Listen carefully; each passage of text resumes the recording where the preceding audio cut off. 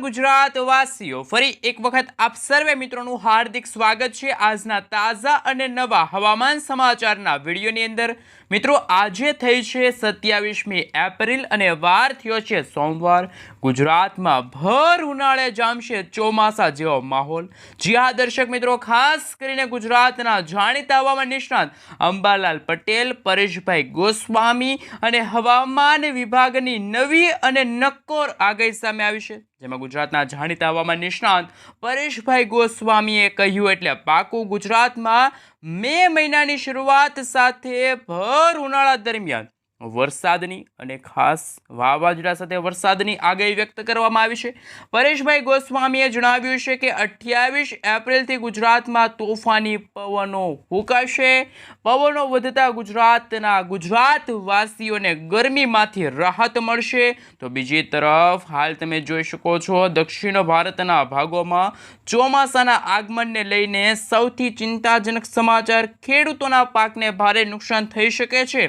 ફરી એકવાર ગુજરાતના ખેડૂતો થઈ જાજો તૈયાર, કારણ કે મે મહિનાની અંદર ગુજરાતમાં ચોમાસાના આગમનને લઈને અને આ વર્ષનું ચોમાસું, વર્ષ 2026નું ચોમાસું કેવું રહેશે? શું મિત્રો આ વર્ષ 2026નું ચોમાસું વહેલું બેસી શકે છે? કારણ કે અત્યારે તમે લાઈવ જોઈ શકો છો કે પૂર્વ ભારતના ભાગોમાં વીજળીના કડાકા ભડાકા અને થંડરસ્ટોર્મ એક્ટિવિટીના ભાગરૂપે વેસ્ટર્ન ડિસ્ટર્બન્સના ભાગરૂપે અને પ્રી મોન્સૂન એક્ટિવિટીના કારણે અત્યારે વરસાદ પડી રહ્યો છે। જ્યારે અરબ સાગર અને બંગાળની ખાડીમાં બનતી નવી વરસાદી સિસ્ટમને જોઈને પરેશભાઈ ગોસ્વામીએ કહ્યું છે કે મે મહિનાની શરૂઆત સાથે ગુજરાતના સૌરાષ્ટ્રના, દક્ષિણ ગુજરાતના, ઉત્તર ગુજરાત, મધ્ય પૂર્વ ગુજરાત અને હવે પછી કચ્છના ભાગોમાં તોફાની પવનોની ગતિવિધિઓ વધશે।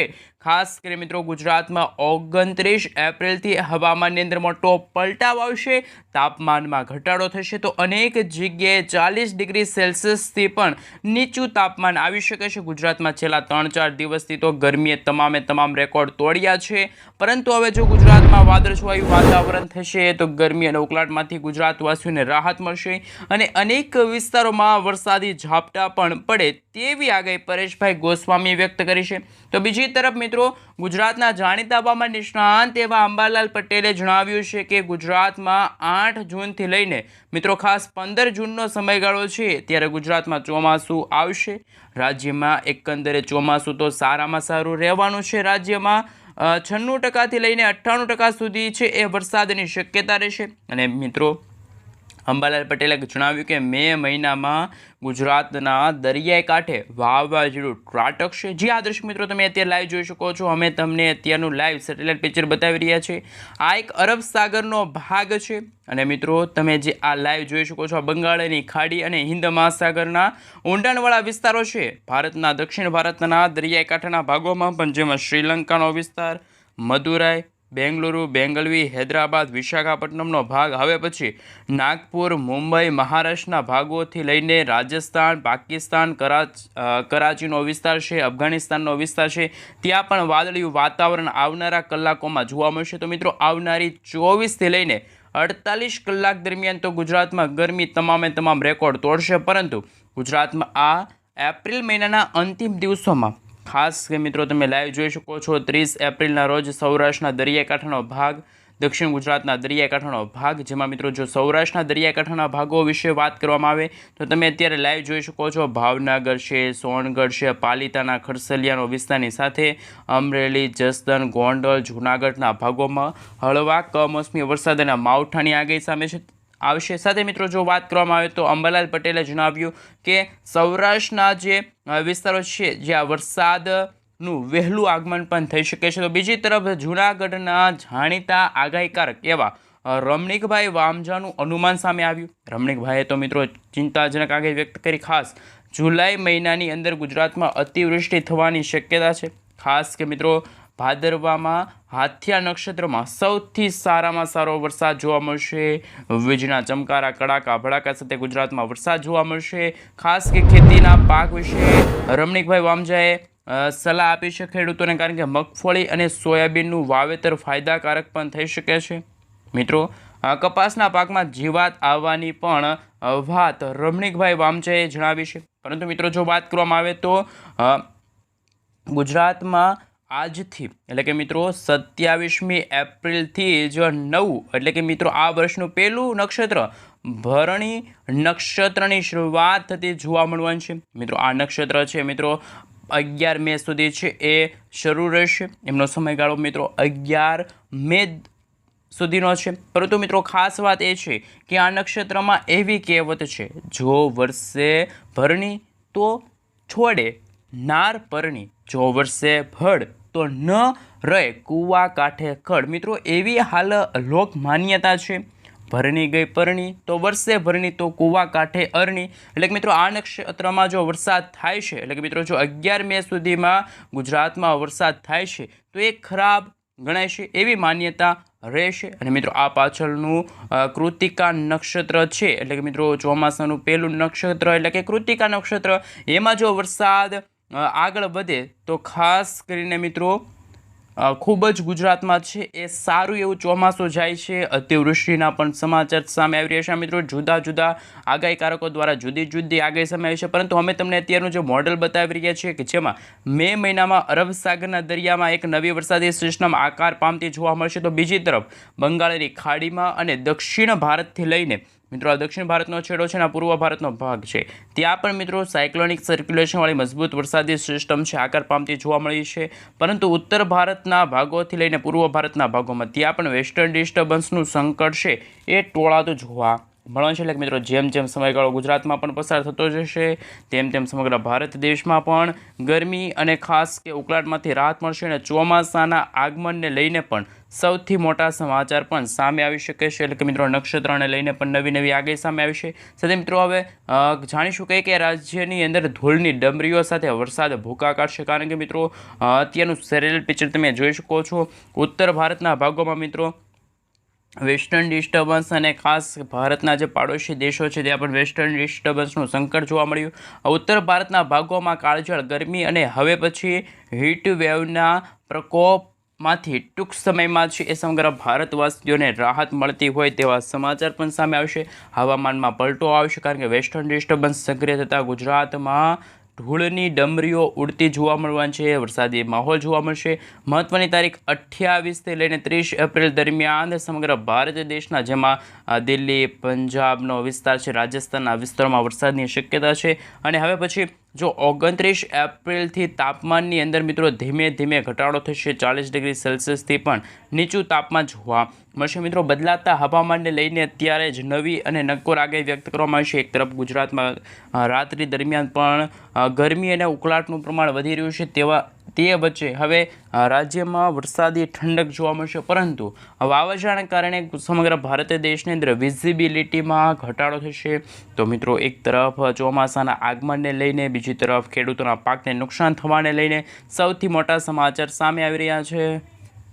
સાથે સાથે મિત્રો ગુજરાતમાં ફરી એકવાર ગાજવીજ સાથે વીજળીના ચમકારાની સાથે માવઠાને લઈને નવી અને નક્કોર આગાહી કરવામાં આવી છે. મિત્રો હાલ તમે લાઈવ જોઈ શકો છો.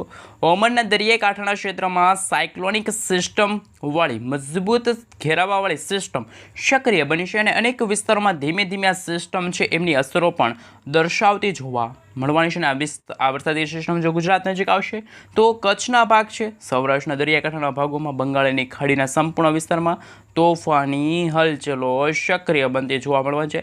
વેસ્ટર્ન ડિસ્ટર્બન્સ સક્રિય થશે, પોતાની દિશાઓ બદલીને આગળ વધશે અને બાંગ્લાદેશના સંપૂર્ણ વિસ્તારમાં મિત્રો તમે જોઈ શકો છો અમે તમને ક્લાઉડ વિશે વાત કરી રહ્યા છીએ કે ત્યાંથી ઉત્તર ભારતના ભાગોમાં પણ નવી વરસાદી સિસ્ટમ અને હવે પછી ત્યાં તો બરફ વર્ષાનો માહોલ જોવા મળવાનો છે. અનેક વિસ્તાર જેમાં અરબ સાગરનો દરિયો આ રહ્યો છે. મિત્રો અરબ સાગરનો દરિયો કહેવામાં આવે છે અને આ દરિયાની અંદર જે વરસાદી સિસ્ટમ બને એ દક્ષિણ ભારતના ભાગ અને ગુજરાતના ભાગોમાં અસર દર્શાવે છે અને ભયંકર જોર દર્શાવવામાં આવી રહ્યું છે. પરંતુ તમે લાઈવ જોઈ શકો છો જુદા જુદા વિસ્તારોની અંદર નવી નવી સિસ્ટમોની અસરો અને વરસાદી સિસ્ટમના ઘેરાવાને લઈને સિસ્ટમ અત્યારે અમે તમને સેટેલાઇટ પિક્ચર બતાવી રહ્યા છીએ. ખાસ તમે જોઈ શકો છો ક્લાઉડ વિશે પણ વાત કરી રહ્યા છીએ. ઉત્તર ભારતના ભાગોમાં ક્લાઉડનું અત્યારે રાજસ્થાન, પાકિસ્તાનના વિસ્તારમાં બે સિસ્ટમનું માળખું જોવા મળ્યું. હૈદરાબાદથી લઈને મિત્રો દક્ષિણ ભારતના ભાગોમાં પણ વરસાદી સિસ્ટમ, શ્રીલંકાના તટીય ક્ષેત્રમાં અત્યારે રીતસરનું વિસ્તારનું આ વરસાદી સિસ્ટમ જોર દર્શાવી રહ્યો છે અને અફઘાનિસ્તાનના વિસ્તારો છે ત્યાંથી મિત્રો આ વરસાદી સિસ્ટમ પોતાની દિશા બદલીને કદાચ ગુજરાતના વિસ્તારોની અંદર મોટો વળાંક લઈને ગતિઓ કરતું હોય તો તેવા પણ દ્રશ્યો સામે આવશે. સાથે મિત્રો તમે ક્લાઉડ વિશે પણ તમે જોઈ શકો છો. વાદળછવાયું વાતાવરણ ગુજરાતમાં જોવા મળશે તો ગુજરાતમાંથી ગરમી અને ઉકળાટમાંથી ગુજરાતવાસીઓને રાહત મળશે. એકવાર ભેજના પ્રમાણની અંદર તીવ્ર વધારો થવાની શક્યતા એવી આગાહી કરવામાં આવી છે. ભેજના પ્રમાણની અંદર પણ મિત્રો ખાસ પાકિસ્તાનના વિસ્તારો છે, અફઘાનિસ્તાનના વિસ્તારોમાંથી સાયક્લોનિક સિસ્ટમ અને મિત્રો હવે પછી વેસ્ટર્ન ડિસ્ટર્બન્સની અસર શું ગુજરાતના વાતાવરણમાં જોવા મળશે. આમ તો મિત્રો રાજ્યની અંદર જો વાત કરીએ તો ફરી એકવાર મોટા ફેરફારોને લઈને મિત્રો આજ રોજ એટલે કે 27મી તારીખથી લઈને ગુજરાતમાં 30 તારીખ સુધી અનેક ભાગોમાં માવઠાની અસર જોવા મળશે. તાજી અને મોટી આગાહી કરવામાં આવી છે. જી હા દર્શક મિત્રો, અત્યારે તમે લાઈવ જોઈ શકો છો.